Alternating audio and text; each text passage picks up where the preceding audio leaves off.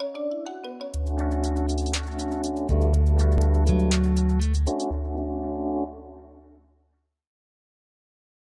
revenir à un peu la situation sanitaire, moi j'avais une question, c'était autour de l'acceptation du public. Comment ça se passe dans vos différents pays? On a l'impression qu'en France, il y a eu un sondage qui est sorti après ce qu'a dit le président Macron. Il y a 70-75% des gens qui acceptent les mesures, qui disent qu'ils vont les vivre. Et il y a une minorité importante de gens qui disent qu'ils ne vont pas le faire. Et ces gens qui ne vont pas le faire, ce sont des jeunes.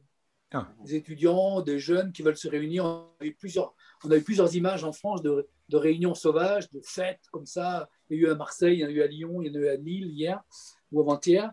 Donc, est-ce que vous avez la même impression qu'il y a une partie de la population qui met vraiment des limites, qui ne veut pas entrer dans cette idée de confinement, de restriction de ses libertés, qui n'accepte pas, une partie qui accepte? Est-ce qu'on a ça un peu partout ou est-ce que c'est différent? Oui, ben, je crois que ça se divise un peu de la même façon, dans le sens que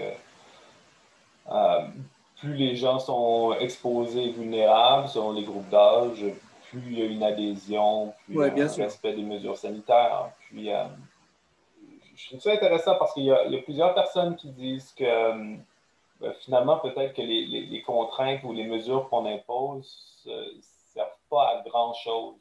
Quand on regarde, par exemple, aux États-Unis, où on a vraiment des États comme la Californie qui ont établi des mesures très contraignantes, fermeture des écoles, avec d'autres États comme des États comme la Floride ou la Géorgie, où il y a à peine de mesures, on se rend compte avec les données de déplacement, les données les sondages et tout, que la population s'adapte automatiquement aux risques perçus. Et là, on tombe, en tout cas, c'est comme un autre débat sur la société d'aujourd'hui, la société technologique. Mais on se rend compte que finalement, il y a peut-être une sagesse dans la foule qui ne nécessite pas l'État.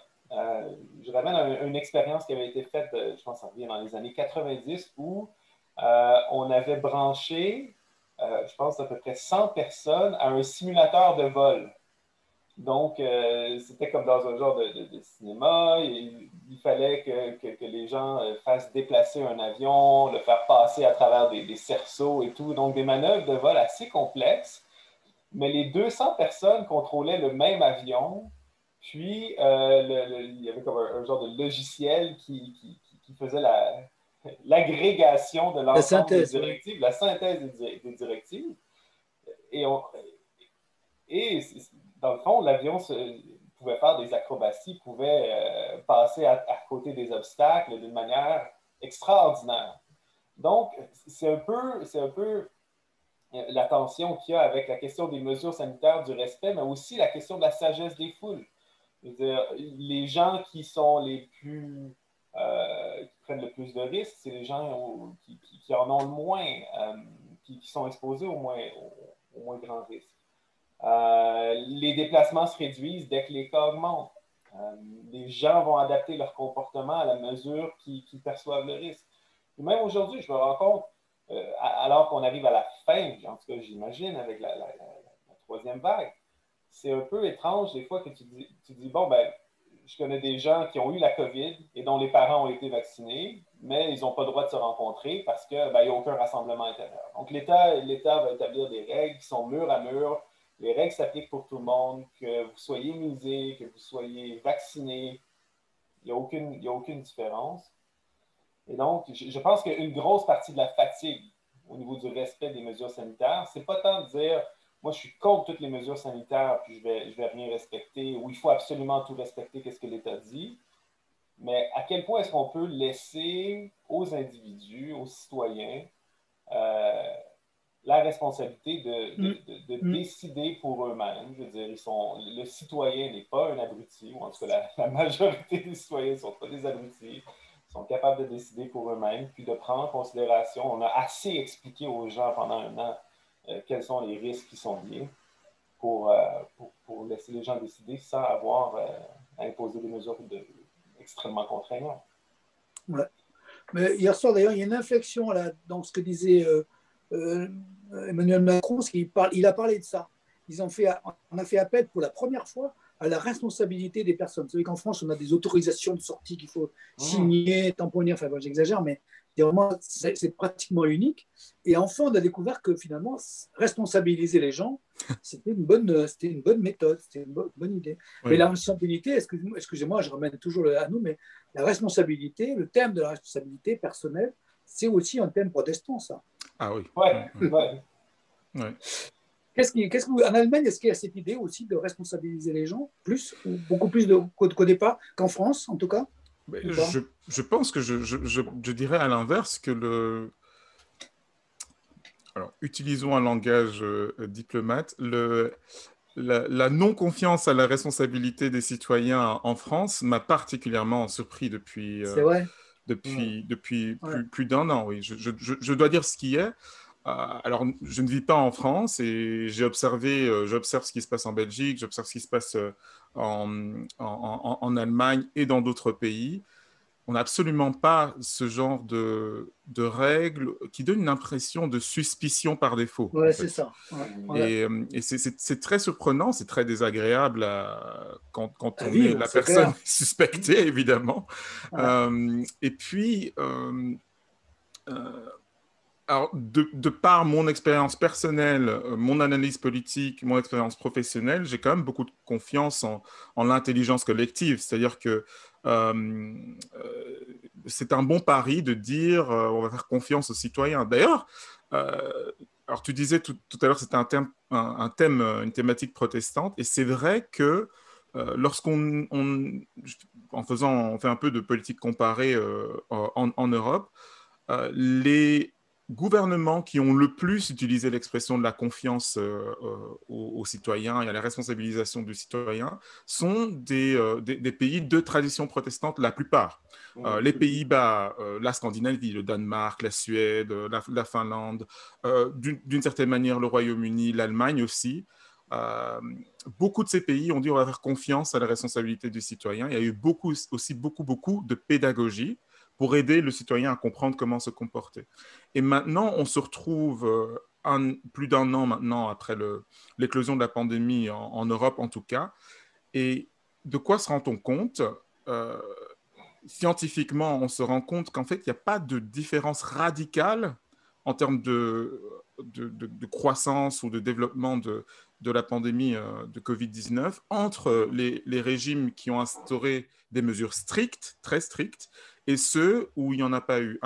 C'est un peu l'exemple que Jean-Christophe nous donnait aux États-Unis. Donc la même chose est observée en Europe, et je pense quelque part qu'on a atteint une date de péremption de la tolérance d'une grande partie ou d'une partie de la population vis-à-vis de ces mesures, à commencer par les plus jeunes. Et je pense, sur le plan sociologique, ce n'est pas si étonnant que ce soit les personnes qui sont les moins à risque de souffrir des conséquences de cette maladie qui se rebellent le plus facilement. Ça ne justifie pas tout, évidemment, mais clairement, ce dont on se rend compte, vous savez, cette phrase il faut quand même faire attention aux plus vulnérables, on ne va pas tout autoriser. Eh bien, on se rend compte qu'en fait, les gens s'auto-limitent lorsqu'ils se rendent compte que leur comportement devient dangereux non seulement pour eux-mêmes, mais aussi pour les autres. J'ai un autre exemple africain, en Afrique de l'Ouest, en Afrique centrale. Il y a une deuxième vague, puisqu'il n'y a eu qu'une première vague à l'équivalent de notre printemps. Au début du mois de février, le port du masque était résiduel. Il y avait moins d'un tiers des personnes portaient le masque en public. Il y a eu le retour de la pandémie avec un variant plus agressif venu d'Afrique du Sud. Et en 3 semaines, tout le monde se met au pas. Donc, on porte le masque, on se distancie, on supprime les événements collectifs, sans mesure particulière ou extrême de la part de l'État. Donc, moi, quelque part, ça te donne envie de faire confiance en la nature humaine. Ça dit aussi à quel point, eh bien, en fait, l'être humain, le citoyen est peut-être un peu plus éclairé qu'on aurait pu le penser. C'est un petit peu mon brin de critique pour l'heure à laquelle nous sommes aujourd'hui. Oui. Mais quand même, quand on voit je ne sais pas si vous avez vu ces images d'un carnaval à Marseille, il y avait, je ne sais pas combien, entre 5 et 10 000 personnes qui étaient sans masque, enfin, se réjouissant dans la rue. Ça questionne un peu. On se dit, bon, mais justement, c'est dans un pays où les restrictions sont très, très fortes. et les gens ont l'impression d'une espèce de mouvement de libération en sautant, en passant par-dessus les règles, quoi. Oui. Plus on a des règles, c'est qu'on a l'impression que les gens... L'idée de transgression est une idée qui va avec la liberté, finalement, et c'est stupide. Parce qu'au fond, on dirait aux gens, soyez responsables, ce serait peut-être mieux, non? Je sais pas. Et en même temps, je pense que c'est au cœur de la nature humaine, parce que si on cherche à remonter à l'origine de tous les problèmes, en quelque sorte, et si on a une vision biblique du monde, on retourne à Genèse 3 et on se dit, qu'est-ce qui a fauté là-dedans, qu'est-ce qui a péché? Eh bien, c'est qu'il y avait une interdiction, une seule, et la tentation des êtres humains, c'était justement de la braver, cette interdiction. Et je pense que ce n'est pas du tout étonnant ce que tu soulignes, Jean-Luc, que dans un pays où les restrictions ont été aussi fortes depuis maintenant un peu plus d'1 an, que justement il y ait ce revers du balancier où, face à des mesures très élevées, on va chercher à les enfreindre de façon tout aussi élevée. Là où, dans des pays où il y a moins de restrictions, il y a moins d'éclats de foule et de personnes qui justement cherchent à se réunir à des milliers de personnes. Il y a eu quand même des manifestations, il faudrait me confirmer ça, en Allemagne, en Hollande, je pense, au Danemark. Il y a eu des manifestations de gens qui défilaient dans les rues contre les mesures sanitaires. Oui, alors, oui, bien sûr, il y en a eu. Alors, en Allemagne, ça existe presque depuis le début de la crise, mais c'est extrêmement régulé. Ils ont le droit de s'exprimer dans la rue, ils invitent les passants.